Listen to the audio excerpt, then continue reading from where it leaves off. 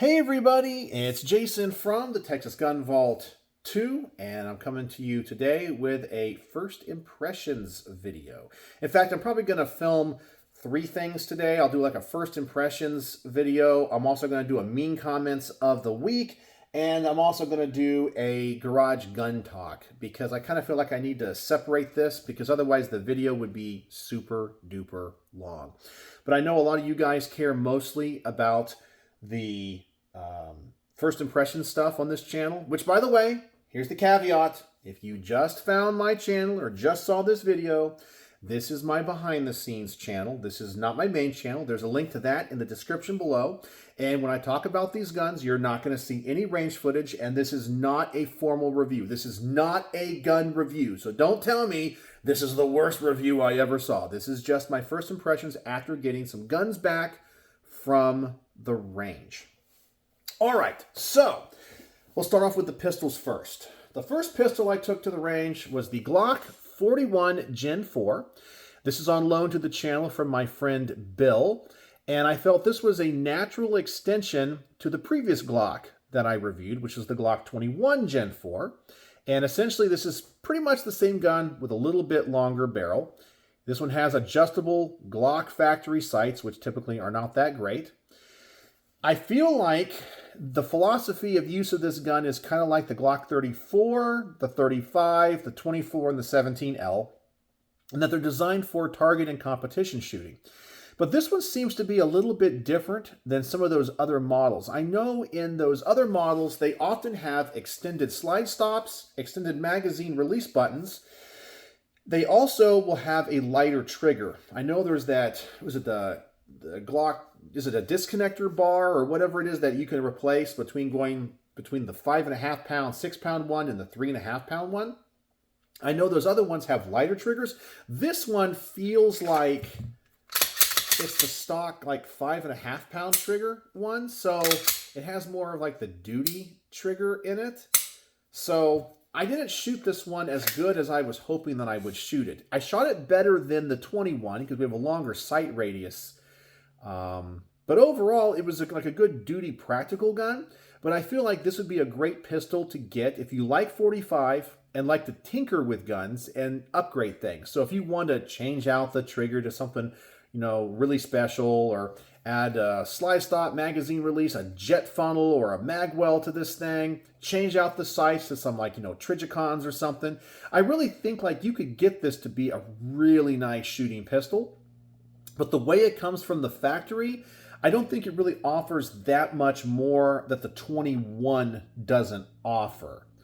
So the only advantage to keeping this gun stock would be that you want just a little bit longer barrel, maybe for the ballistics, or you just like the look of it. I don't really feel like you get anything better than the 21 out of the box.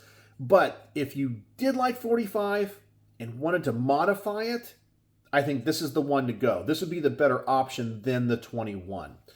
Shot a little bit low for me, and I forgot how tiny those adjustment screws were on the factory adjustable Glock sights. I have a tool that I normally take with me to adjust sights, and anyway, I have all these like screwdriver heads, and I thought one of those guys was going to be small enough, and alas, it is not.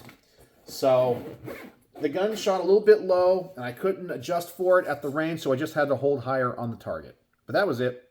Overall, it ran great. I only had a couple of malfunctions, and it was when I was shooting hollow points through it. And it might be the ammo, because the ammunition that I was using, it really looked like the overall length was shorter than a standard like 45 ball ammo. I want to say it was Federal. And it had like a real flat, open nose to it. And both times in 2 different tests, the rounds kind of nosedived before it went on to the feed ramps. So it just could be that ammunition. I didn't have any other issues with anything else. So, but that's what I discovered. And I think I used that ammunition in the 21, but I don't really know what would be different because I think internally this is exactly the same gun, just with that longer slide and barrel. But overall, good duty gun out of the box. You know, I would say if you're going to open carry or you're a police officer, this might be the better gun to carry than the 21 if you're carrying 45. But this would be a great gun to buy, but then have to spend a lot of money on to upgrade parts to kind of get it where you want it if you were going to do it for competition or maybe target. So overall, pretty good. I wish I shot it a little bit better. I don't think it offers anything the 21 doesn't offer. So, next pistol. This one is the Kel-Tec P-32. And I honestly think, after shooting this at the range, this is the most dangerous gun I have ever reviewed. But it's not dangerous from the standpoint of, I think it's going to go off, or it's poorly built, like it's going to blow up in your hand. I think the way it's designed to be used is dangerous. First off, it has a pocket clip. Now, I think a lot of people that are going to buy this gun are going to see that pocket clip. And by the way, if that's not a pocket clip, I mean, look, guys, that is a pocket clip. Look at that. But I know people will tell me, Jason, you're an idiot. Go do some research. And they're going to say, oh, that's for like putting it on your hat or like hanging it on the wall or something. People will tell me that I don't know what I'm talking about. I'm pretty damn sure that's a pocket clip. So why is that dangerous? Even if you're pocket carrying a gun, you need to make sure you have it in a pocket holster. If you carry with one in the chamber, there is no safety on this gun. And because this is a get the hell off me gun, like a gun of last resort, you're probably going to want to carry one with one in the chamber and make sure it's safe. Even though it has kind of a long, kind of double action-ish pull to it, I still would not want that in my pocket. I think that is dangerous. Number 2, the manual of arms. This pistol has absolutely no slide lock on it. And you saw that even with the magazine inserted, it doesn't have a last round slide hold open feature. But wait, it actually does. When I was handling it here on the workbench, I was like, okay, well, there's no slide lock. Oh, well, so I guess at the range, we'll go boom, boom, boom, click, drop the magazine, put a fresh one in, and then, pull the slide back and so forth. But I got to the range, I got to the first magazine with it, and guess what? The slide lock's open. And I don't know how that works. Why can't I lock it open on an empty magazine, but when I'm shooting it, it locks open? Okay, well, it has some type of internal mechanism to allow for that. So, drop the magazine. By the way, I only had one magazine for this review, so I have to kind of cut in the video where I shoot one mag and then reload the mag and then put the fresh one in. So it's like, okay, fresh mag, put it in. The slide was locked open. I pull the slide back and it won't go into battery. It stays locked open. So the way you have to use this, based off of my experience, and I could be wrong, and tell me in the comment section below, you have to, if the slide is locked open, you have to pull the slide back with the magazine out, let the slide go home, then load the magazine, then rack the slide again to get it back in action. And I know this is a gun of last resort. It's a get the hell off me gun. It's a pocket carry gun. You probably won't need to change mags, but if you did, that manual of arms and that procedure is very different. And I seriously doubt people that are buying this gun are going to go through all the trouble of training for that difference. If you're used to how normal semi-automatic pistols work, this one operates differently if you're trying to change the magazine. So if you had to use this and you needed to change the mag, you're probably going to be fumbling around with it. You might not be able to get it back in action quick enough, and it might get you into some trouble. So that's why I say this is a dangerous gun. The pocket clip and the manual of arms. Now, the construction of this is actually pretty good. For being a little pocket 32, it felt pretty good in my hand. It wasn't bad. Trigger's a little bit heavy. The gun shoots very, very low. Very low. We have some non-adjustable sights here and kind of an interesting shape to it. It's more of like a triangle that goes over the barrel hood and the front of the slide, and you really have to aim high for this gun to hit anywhere near the target. Now at 25 yards, I was able to get it all within the general center part of the silhouette. I was blown away by that. When I was using ball ammunition, oh my God, it patterns like a shotgun. Hollow point ammunition, which I think I ran 3 different types of hollow points through it, it shoots way better. I don't know what changed. So that's obviously an ammunition thing, but this gun loves it some hollow points. I mean, I still, at 5 yards. Yeah, I tested this at 5 yards instead of like the 7. just because it's a pocket gun. It's a, as I said, a get the hell off me gun. It's for, you know, close up, very personal engagements. I was able to get the hollow points within a group like this. The ball ammo, it was like all over the target. So if the manual of arms was different and it didn't have this pocket clip, it'd be okay. If the gun had a slide lock and a safety, it'd be even better. But overall, it was okay for what it is. I know some people are going to absolutely love it because it's a very cheap and affordable gun. It's still a Kel-Tec, but it ran. I don't think I had any issues with it. I'm trying to think. I don't think I did. The only issues I had when it came to any malfunctions were, I think, on extraction. I think I had one or two. I'd have to go back and look at the range footage. But overall, it performed like I would expect it to. I don't know if this would be my personal choice of a pocket carry gun, especially with that clip, but it is what it is. So the Kel-Tec P-32. All right. So those were the two pistols. So let me turn around here and let's get the next thing I reviewed, which was the B&T SRBS762Ti-DM suppressor. And every 30 caliber suppressor, I try to run on both a 300 blackout and a 5.56. Because if you have a 30 caliber suppressor, you know, you want to know, is it going to run on 5.56? Is it even, you know, practical?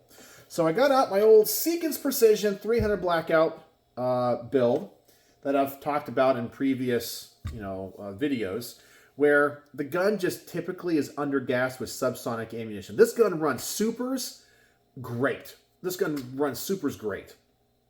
And subsonic ammunition, it's short strokes. Not always, but most of the time. So let's talk about how the suppressor worked. And I used for this gun the direct thread mount. And let me put it on here. So here's my thoughts on this. This is a flow-through low resistance suppressor. When I was running supers through it, I was getting a little bit of like sparks coming out the front. And that was kind of a surprise. But I will tell you, the overall tone of this suppressor is very, very good. I was impressed with that. It does not change the ballistics all that much when I got off the chronograph, and it doesn't change the point of impact all that much. This suppressor has two things going for it that I think stand out amongst the crowd. Number one, this is probably the lightest 30 caliber suppressor I've ever reviewed. It's a 3D printed titanium suppressor. And so mounted onto this SBR, I don't even feel it as compared to it not being on there. It feels the same. So the balance of this gun is perfect with this suppressor. And being that this suppressor is rated for calibers up to 300 Winchester Magnum, this thing honestly is awesome with 300 blackout supersonic. And the low resistance aspect of it definitely works. I think out of all of the suppressors I have reviewed that have the flow-through technology, this one honestly works the best. And that might be why I'm seeing some of the sparks come out the front, because it's literally pushing all that gas out there. And then when I went to subsonic ammunition, it's super quiet. The only thing I heard essentially was the action of the gun. But the low resistance aspect of this suppressor works so well that normally when subsonic ammunition is being suppressed on this gun, it runs the action because of that back pressure. This one, it still wouldn't run. So the weight is amazing, and the low resistance of it is amazing. Its heat resiliency, I guess I call it, and how it dissipates heat is exactly what I thought it would be with 300 blackout. It gets pretty hot, but it cools off pretty darn fast. So that was my experience with this. So I got all the stuff with the 300 blackout, both super and subsonic, filmed. So the next thing I have to do is go to the range and film the 5.56, which I think I'm going to save that rifle to show you in the garage gun talk. As I said, I'm going to make kind of 3 videos today. So that's my first impressions on these 3 things: the Glock 41, the Kel-Tec P-32, and the B&T SRBS762Ti-DM. So this suppressor is really nice, really nice. As I said, it beats out much of the competition in weight and the low resistance kind of flow through technology. None of the other suppressors that I have reviewed have performed that well. And as I said, the ballistics on it doesn't change the ballistics at all, or really the point of impact. So overall, just a great can. And on this gun, it's awesome with supersonic ammunition. I mean, it's just such a well-balanced gun. This is probably going to be its kind of permanent home in my collection. So really happy with that. So tonight I have to go back to the range and film the 5.56, or this on a 5.56 AR. So hopefully it will perform just as well. So there you go. That's the first impressions. And I will probably film the other videos next. So anyway, if you watch to the end of this video, what is the word of the day? The word of the day is going to be dangerous, because the Kel-Tec P-32, I think, is the most dangerous pistol I've ever reviewed because of its design and the way I think it's intended to be carried. So anyway, let me know your thoughts in the comment section below. And as always, thanks for watching.